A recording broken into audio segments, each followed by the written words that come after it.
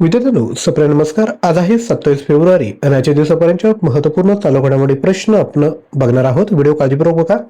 प्रत्येक प्रश्नाच्या अनुषंगाने जे महत्त्वपूर्ण फॅक्ट असेल त्या देखील मी सांगण्याचा प्रयत्न करेल आणि व्हिडिओच्या शेवटी एक तुमच्यासाठी होमवर्क देखील आहे. पहिला प्रश्न, ऑल इंडिया मॅनेजमेंट असोसिएशनचे बिझनेस लीडर पुरस्कार कोणी जिंकला? तर हा जो पुरस्कार आहे तो करण अदानी यांनी जिंकला आहे. लक्षात घ्या. आता जे नुकतेच पुरस्कार आहेत त्यावर एक नजर टाकूयात. विंग्स इंडिया 2026 पुरस्कारांमध्ये वर्षातील सर्वोत्तम हवाई अड्डा हा पुरस्कार दिल्ली इंटरनॅशनल एअरपोर्ट लिमिटेडला मिळाला. ग्लोबल टीचर प्राइज 2026 साठी श्वेता नागी यांचा सन्मान करण्यात आला. भारतीय वंशाचे वैज्ञानिक वीरभद्र रामनाथन यांनी क्राफ्ट पुरस्कार 2026 जिंकला. दलाई लामा यांना 68व्या ग्रॅमी पुरस्कारांमध्ये आपला पहिला ग्रॅमी पुरस्कार जिंकला. पुढे व्हिक्टोरिया बेकहॅम यांना फ्रान्समध्ये night of arts and letters या उपाधीने सन्मानित करण्यात आले. वाईल्ड लाईफ सर फिरोज पुरस्कार जिंकणारे पहिले भारतीय चंद्रकांत लहिरी आहेत. 2026 चा सीईओ ऑफ द इयर पुरस्कार हा सुबोध गुप्ता यांनी जिंकला. यानंतर पुढील प्रश्न, Punjab state power corporation limited संचालक म्हणून कोणाची नियुक्ती करण्यात आली? रितेश अग्रवाल, हर्षरन कौर, भाविश अग्रवाल की यापैकी नाही? तर याचं जे राईट आन्सर आहे ते आहे हर्षरन कौर. यानंतर आता ज्या नवीन नियुक्त्या आहेत त्या देखील बघून घेऊयात. पहिली, रोहित जैन यांची IIFCL ची व्यवस्थापकीय संचालक पदभार स्वीकारला. निवेदिता दुबे या विमानतळ प्राधिकरण मंडळाच्या पहिल्या महिला सदस्य बनल्या. इंद्रपाल सिंह वालिया यांनी ईस्टर्न एअर कमांडची कमान स्वीकारली. इंडसइंड बँकेचे अध्यक्ष आणि स्वतंत्र संचालक म्हणून अरिजित बसू यांची नियुक्ती करण्यात आली. ऑलिम्पिक काउन्सिल ऑफ एशियाचे अध्यक्ष म्हणून शेख जोवान बिन हमद अल थानी यांची निवड करण्यात आली. टाटा कम्युनिकेशनने गणेश लक्ष्मीनारायण यांची MD आणि CEO म्हणून नियुक्ती केली. अमेलिया वाल्वर्डे यांची भारतीय महिला फुटबॉल संघाच्या प्रशिक्षकपदी नियुक्ती करण्यात आली. कायजात भरूचा यांची HDFC बँकेचे पूर्णवेळ संचालक म्हणून नियुक्ती करण्यात आली. यानंतर पुढील प्रश्न, भारत आणि कोणत्या देशामध्ये बागायती क्षेत्रातील पहिल्या संयुक्त कार्यसमूहाची बैठक आयोजित करण्यात आली? याचं योग्य उत्तर आहे ऑप्शन सी, न्यूझीलंड. न्यूझीलंडची कॅपिटल आहे वेलिंग्टन. करन्सी आहे न्यूझीलंड डॉलर. प्राईम मिनिस्टर आहे क्रिस्टोफर लुक्सॉन. न्यूझीलंड. लक्षात घ्या, मोआन पुई सायावी यांची न्यूझीलंडसाठी भारताचे पुढील उच्चायुक्त म्हणून नियुक्ती करण्यात आली. न्यूझीलंडमध्ये खोल समुद्रात 300 वर्ष जुना विशाल ब्लॅक कोरल शोधण्यात आला. भारत आणि न्यूझीलंड यांनी मुक्त व्यापार करारावर सहमती दर्शवली. न्यूझीलंड 16 वर्षाखालील मुलांच्या सोशल मीडियाच्या वापरावर बंदी घालणार आहे. न्यूझीलंडने दक्षिण आफ्रिकेला पराभूत करून ICC महिला T20 विश्वचषक 2024 देखील जिंकला. यानंतर पुढील प्रश्न, कोणत्या देशाने बाल वैद्यकीय जीन थेरपी प्रकल्पाचा ऐतिहासिक शुभारंभ केला? तर हा जो देश आहे तो आहे ऑप्शन बी, UAE. लक्षात घ्या, इमिरेट्स हेल्थ सर्व्हिसने अनुवंशिक अभियांत्रिकीचा वापर करून ऑटिझम आणि दुर्मिळ मेंदूविकारांच्या मूळ कारणावर उपचार करण्यासाठी 2 प्रकल्पाचे या ठिकाणी उद्घाटन केले.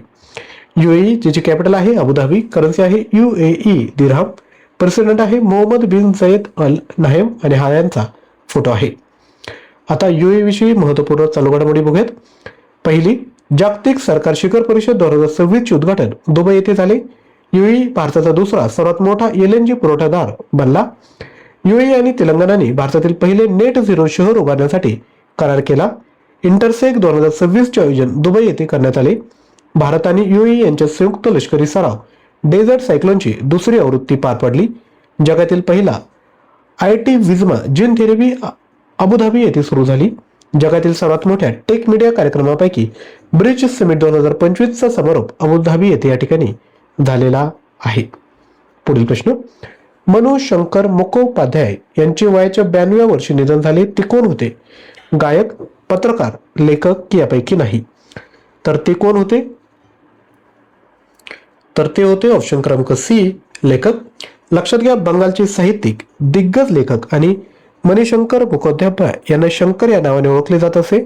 यांचे कोलकाता येथे वृद्धपकाळाशी संबंधित आजारामुळे निधन झाले. पुढील प्रश्न, कोणत्या राज्यात स्थित वर्ल्ड कॅथेड्रलला संवर्धनासाठी युनेस्को पुरस्कार प्रदान करण्यात आला? गोवा, आसाम, मणिपूर की महाराष्ट्र? तर याचं जे राईट आन्सर आहे ते आहे महाराष्ट्र. महाराष्ट्राविषयी महत्त्वपूर्ण गोष्टी, संरक्षण मंत्री राजनाथ सिंह यांनी नागपूर येथे गोळा बारूद कारखान्याचे उद्घाटन केले. Bharat Ratna doctor Babasaheb Ambedkar advocate training and research सेंटरचे उद्घाटन मुंबई येथे झाले. प्रजासत्ताक दिन 2026च्या झाक्यामध्ये महाराष्ट्राच्या झाकीने प्रथम क्रमांक पटकावला. भारतीय वायुसेनेने नाशिक येथे भव्य एअर शो आयोजित केला. 5. टाटा समूह महाराष्ट्रातील AI इनोव्हेशन सिटीमध्ये 11 अब्ज डॉलरची गुंतवणूक करणार आहे. पुढील प्रश्न, प्रकाशित अटल बिहारी वाजपेयी श्रेष्ठ राजनेता या पुस्तकाचे प्रकाशन कोणी केले? तर हे केलं आहे ऑप्शन बी विजय गोयल यांनी. आता पुस्तक आलं आहे, तर नवीन जी पुस्तक आहेत त्यावर एक नजर टाकूया. नवीन कुंडू यांनी लिहिलेल्या नवीन पुस्तक ब्लेझिंग इनक्रेडिबल चे प्रकाशन करण्यात आले. द ग्रेट बेंचमार्क स्टेक्स नावाचे पुस्तक अरिजित पटेल यांनी लिहिले आहे. राष्ट्रपती द्रौपदी मुर्मू यांनी संताली भाषेत भारताचे संविधान प्रकाशित केले. डॉक्टर सिकंदर कुमार यांनी लिहिलेल्या मोदी युग में भारत का आर्थिक रूपांतरण या पुस्तकाचे प्रकाशन करण्यात आले. पुढील 5वा मुद्दा, CP राधाकृष्णन यांनी सनातन संस्कृतीची अटल दृष्टी नावाच्या पुस्तकाचे अनावरण केले. आणि जो नुकताच नाशिक महानगरपालिकेचा पेपर झालाय त्यामध्ये करंट अफेअरमध्ये प्रश्न विचारण्यात आला होता की 2025 मध्ये नवीन राष्ट्रपती म्हणून कोणाची नियुक्ती करण्यात आली, हा प्रश्न त्यामध्ये विचारण्यात आला होता. तसेच ज्या चालू घडामोडी आहेत खेळाच्या संदर्भात त्यावर देखील प्रश्न विचारण्यात आले होते. आणि महत्वाचं काय की आपण जे प्रश्न आणि इम्पॉर्टंट फॅक्ट बघतोय त्यातून खूप सारे प्रश्न त्या परीक्षेत आलेले आहेत. पुढील प्रश्न, शिखर धवन यांच्या आत्मचरित्र the one cricket my life and more चे प्रकाशन झाले. ऋचा शर्मा यांनी लिहिलेल्या फाइंडिंग होम अगेन या कादंबरीचे प्रकाशन करण्यात आले.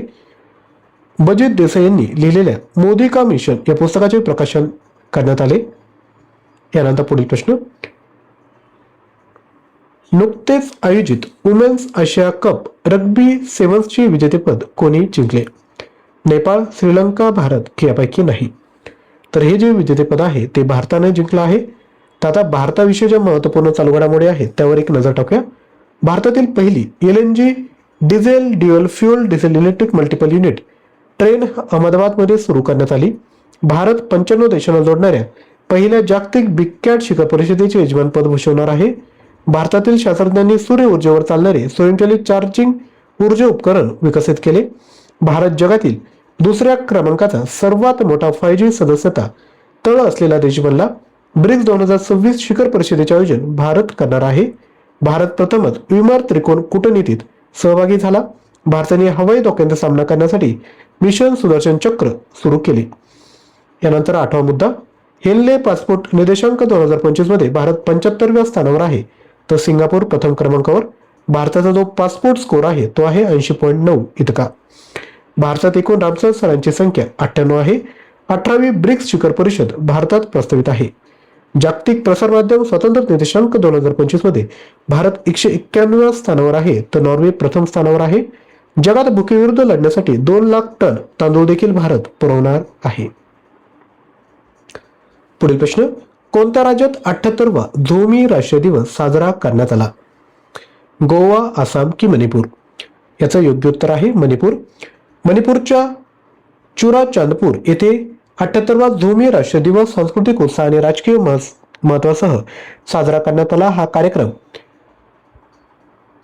इव्हेंजेलिकल बॅप्टिस्ट कन्व्हेन्शनच्या शताब्दी सभागृहात आयोजित करण्यात आला होता, ज्यामध्ये समुदाय नेते, शासकीय अधिकारी आणि सुरक्षा प्रतिनिधींनी सहभाग घेतला. मणिपूरमध्ये गान नगाई उत्सव साजरा करण्यात आला. मणिपूरमध्ये इम्फाल एटेपा उत्सव साजरा करण्यात आला. मणिपूरने पश्चिम बंगालचा पराभव करून 30वी सिनियर महिला राष्ट्रीय फुटबॉल अजिंक्यपद स्पर्धा जिंकली. मणिपूरमध्ये मेरो होड योंगबा महोत्सव साजरा करण्यात आला. 14व्या सिरारा खोंग हॅतई मिरची महोत्सवाचे उद्घाटन मणिपूरमध्ये झाले.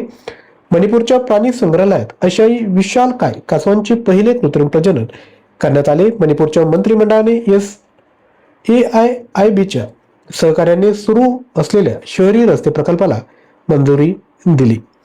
यानंतर पुढील प्रश्न, अलीकडे विश्व शांतता आणि समज दिन कधी साजरा करण्यात आला?